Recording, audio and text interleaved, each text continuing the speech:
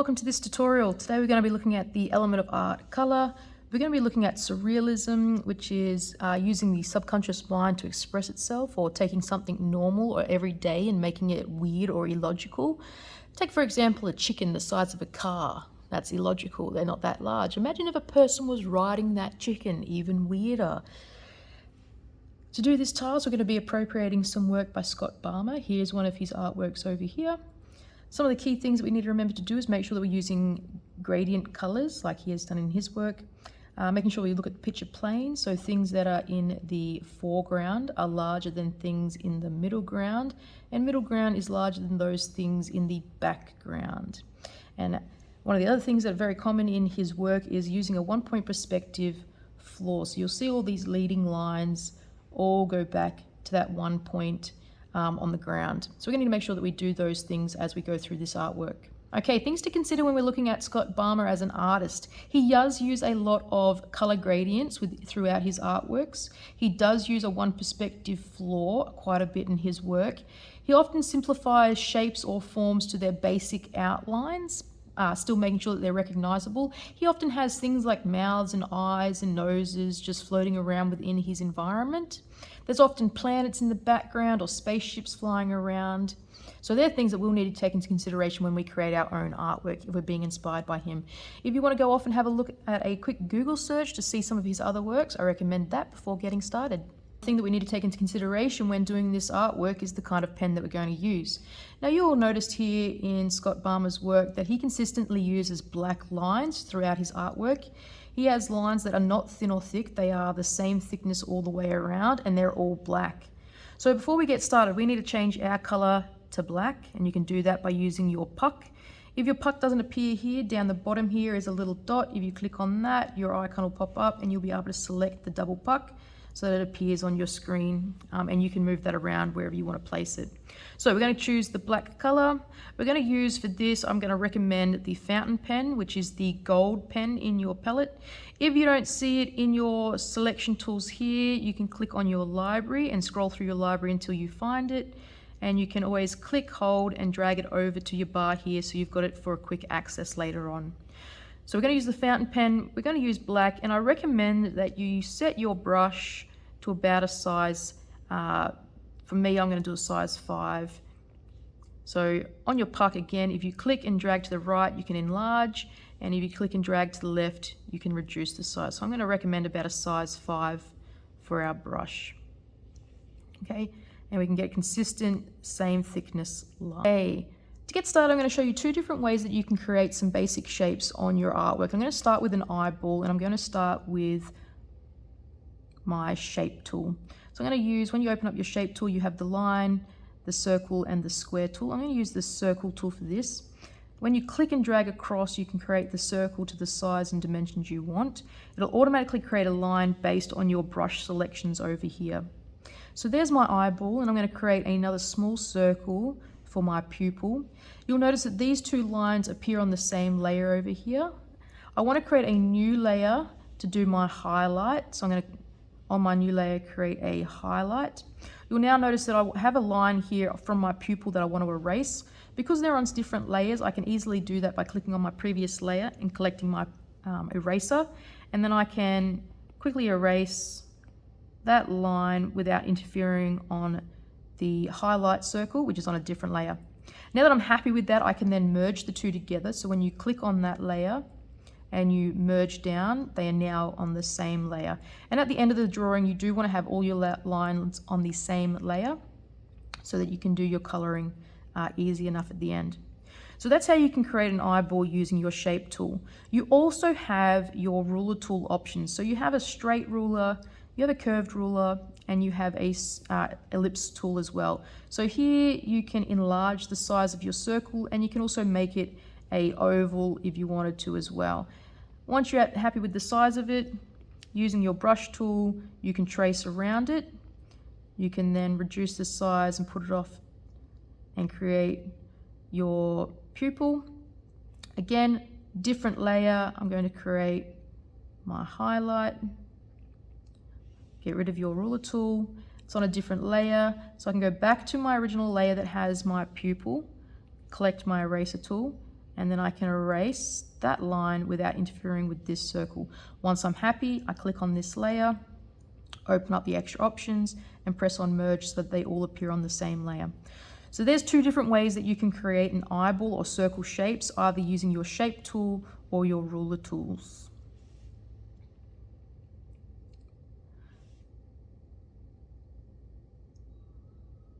Okay, for the rest of your artwork, I recommend that you continue to use either the shape tools or the ruler tools to get smooth lines.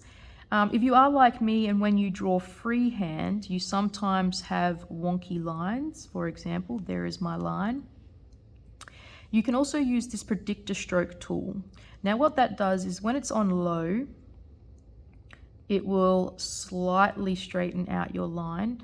And as you go further up in steps, it will predict your stroke and smooth it out even more. So if I went up really high, it's going to completely straighten my line all the way.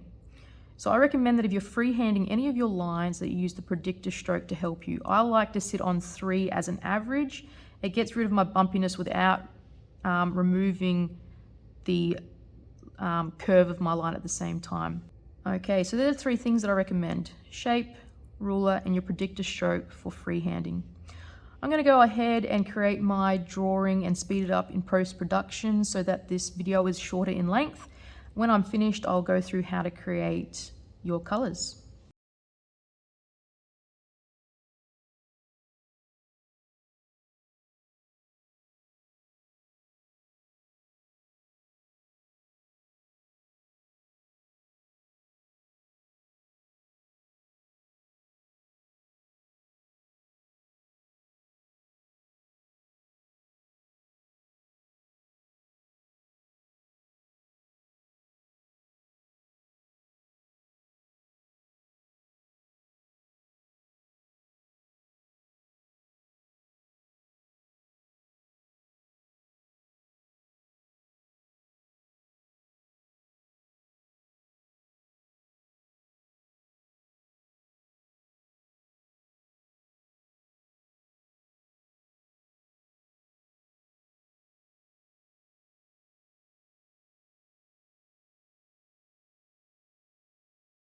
Okay, so I'm about to put in my perspective floor lines, and there's 2 different ways that you can do this. You can grab your ruler and your straight ruler and draw in straight lines and move it as you go.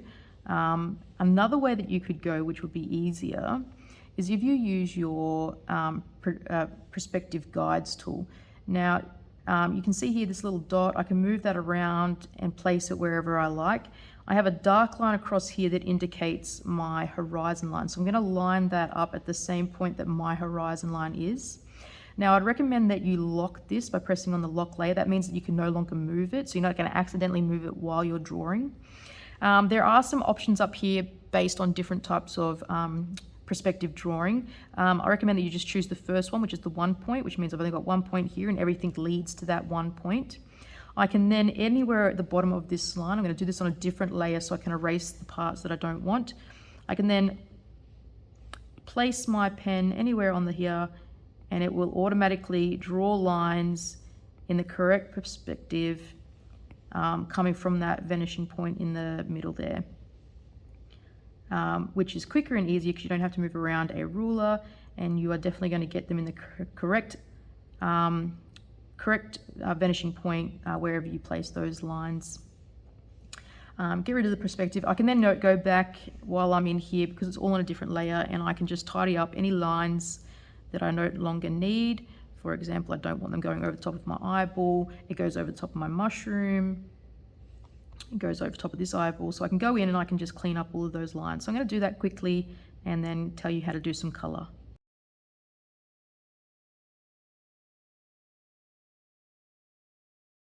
Okay, there we go. So we've got in our 1 point perspective floor lines.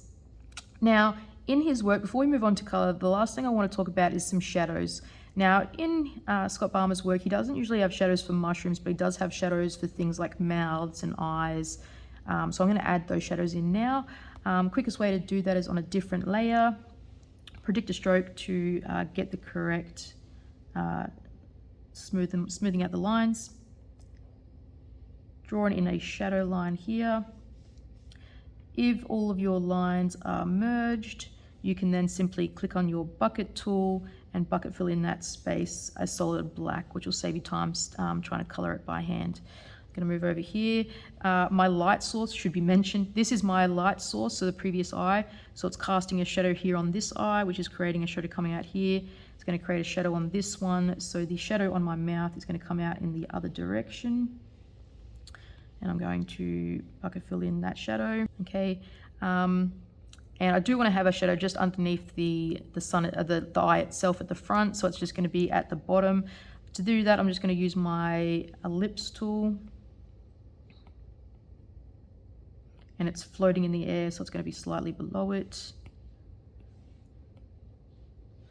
on the ground, and then I can bucket fill in that space. To get started on your color aspect of your artwork, you do need to make sure that all of your lines are on the same layer for the next technique to work.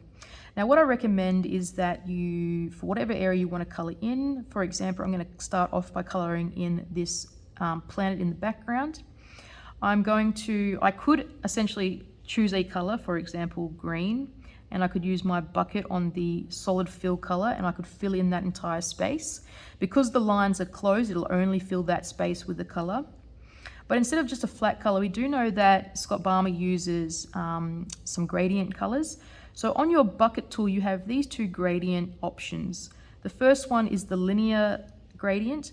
So when you choose that and you click and drag, you'll notice that it'll fill any space where I've clicked. So it's filling the background space. So what we need to do is if I want to put a gradient just in this space here, I could click and drag within that one space. But what I like to do is to make sure that I know it's definitely going to the space that I want. I click on my select tool and I click on my magic wand. I select the area where I want to put my gradient. And then I choose my gradient and click and drag in that space. So I know it's only going to fill that selected area. It's up to you which way you prefer to do it. Now you will notice that when you put in your linear gradient, you will notice it's linear because the gradient is directional on a linear line. Most times when you first use this tool for the first time, you have 3 dots.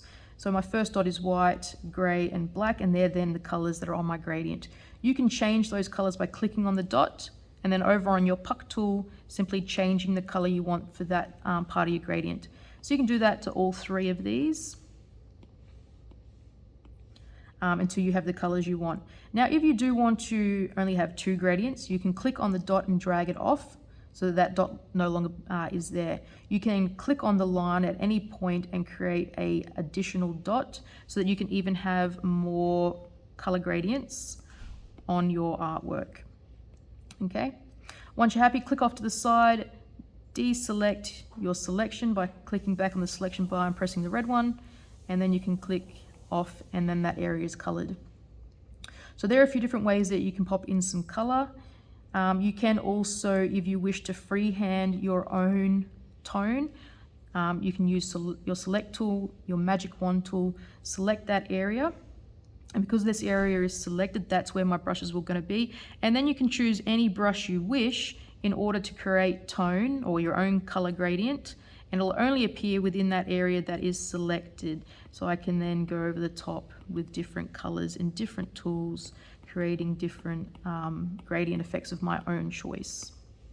Okay, so they're your different options. So I'm going to go ahead and speed up my coloring option and show you the end result in just a few minutes.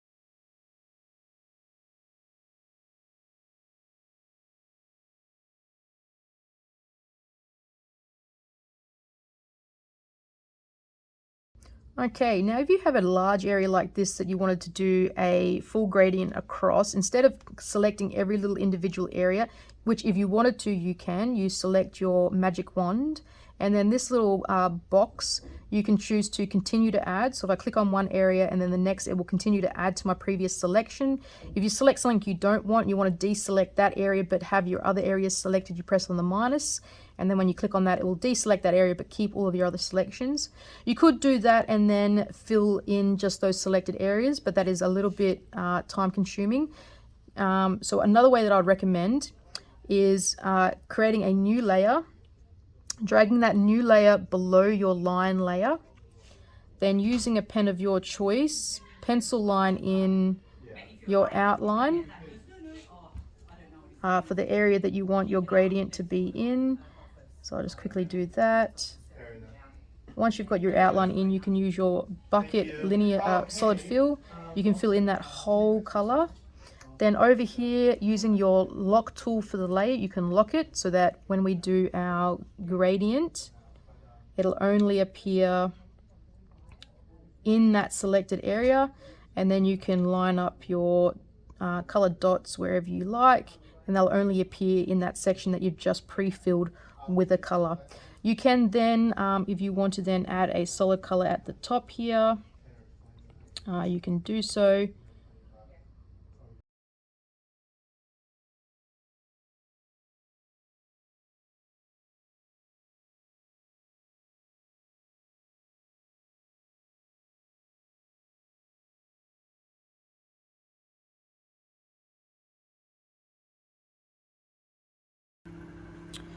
And there you have it, a Scott Balmer inspired surrealist artwork.